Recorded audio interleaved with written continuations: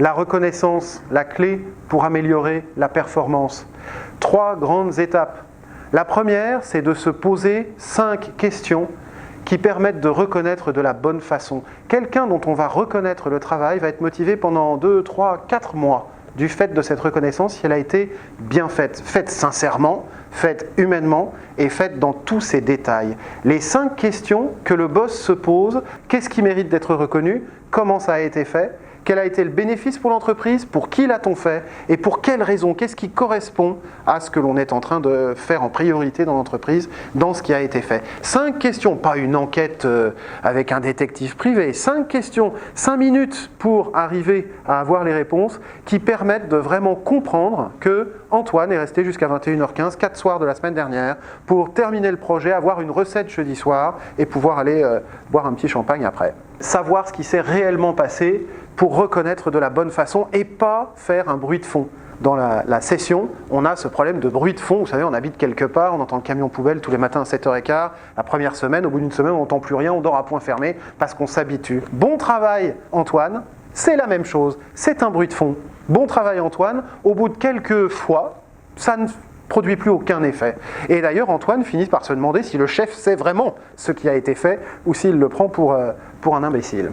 Donc, reconnaître de façon précise comme un boss qui a compris vraiment ce qui a été fait et pas qui félicite industriellement à la chaîne. La deuxième étape, c'est de le faire tout de suite. Très souvent, on félicite trop tard. Très souvent, le boss arrive et dit « Oh, le truc d'il y a 15 jours, chapeau. Ouais, chef, vous êtes cool, mais vous savez, toute l'équipe m'a déjà félicité. On a même été à la pizzeria la semaine dernière pour fêter ça. Et c'est fini depuis longtemps. » La péremption, la durée avant péremption d'une reconnaissance est très très courte. Parfois même, dans la journée, des collatéraux arrivent et disent « Waouh, Julien, mais t'es trop fort, c'est pas toi qui as fait ça, c'est pas possible, si. Déjà la reconnaissance, elle est pratiquée par les autres. Le patron se fait chanter en reconnaissance toute la journée, les autres vont plus vite que lui. Il faut vraiment aller vite. La dernière étape, c'était avec l'autorisation de la personne que l'on félicite, de faire des félicitations publiques avec l'autorisation.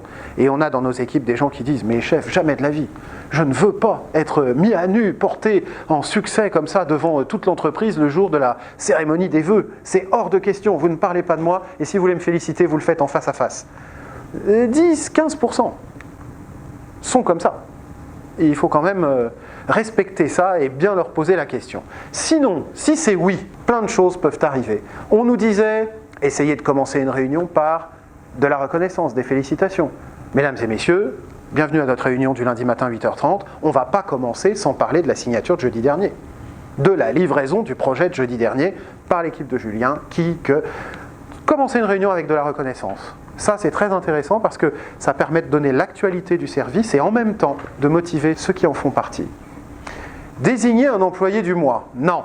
Non, par contre, dans nos entreprises, suite au carton de Julien et à la livraison de son projet de jeudi soir, on va tous faire une bouffe vendredi midi. Et là, on a un A3 largeur scotché maladroitement dans le couloir, avec une photo de Julien ratée et un éclaté jaune vif derrière qui met l'ambiance et qui dit un peu trash qu'on va aller à la pizzouille vendredi midi pour fêter ça. Et ça, c'est l'employé du mois dans nos versions.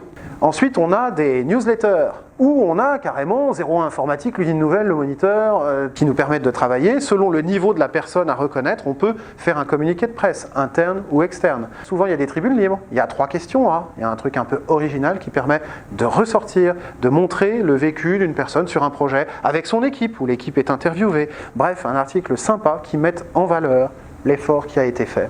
Et puis, on parlait du post-it le soir tard. Tout le monde est parti, vous bossez un peu plus tard que les autres. Vous avez un dernier truc à pondre avant de partir, c'est vous le chef, et vous regardez le plateau vide et vous pensez, avec les fauteuils vides, aux gens qui étaient assis dessus il y a encore 2 heures. Et vous vous dites, quand même, ils ont cartonné cette semaine, surtout Julien.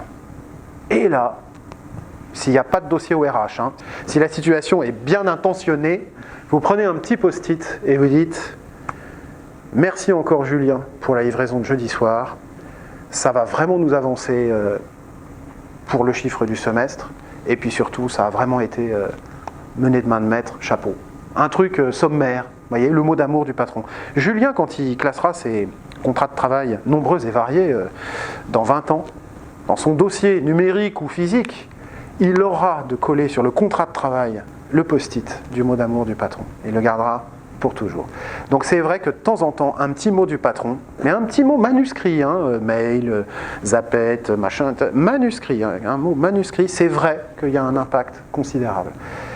À manier avec beaucoup de précautions, puisqu'un écrit reste un écrit, surtout quand il est signé. Donc, on avait aussi la possibilité d'envoyer des petits mots à nos équipes. Toutes ces reconnaissances qu'on avait bien étudiées avec les exercices, comment transformer des félicitations bruit de fond en félicitations vraiment reconnaissantes. Scanner le jeu de rôle avec Jacques. On avait un jeu de rôle avec un Jacques qui était vraiment quelqu'un de très très contenu. On fait la différence dans ce module entre le leader contenu et le leader contagieux.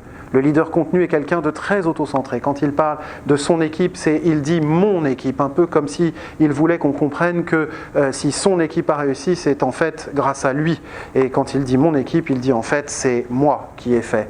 Le leader contenu, qui prend l'appel du patron, qui voulait féliciter Paul, et qui dit au patron « oui, patron, je m'en suis occupé et je vais m'en occuper moi-même ». Comme ça, on sera sûr que ce sera bien fait. Le patron appelait pour féliciter Paul, pas lui. Le leader contenu, quelqu'un d'horrible.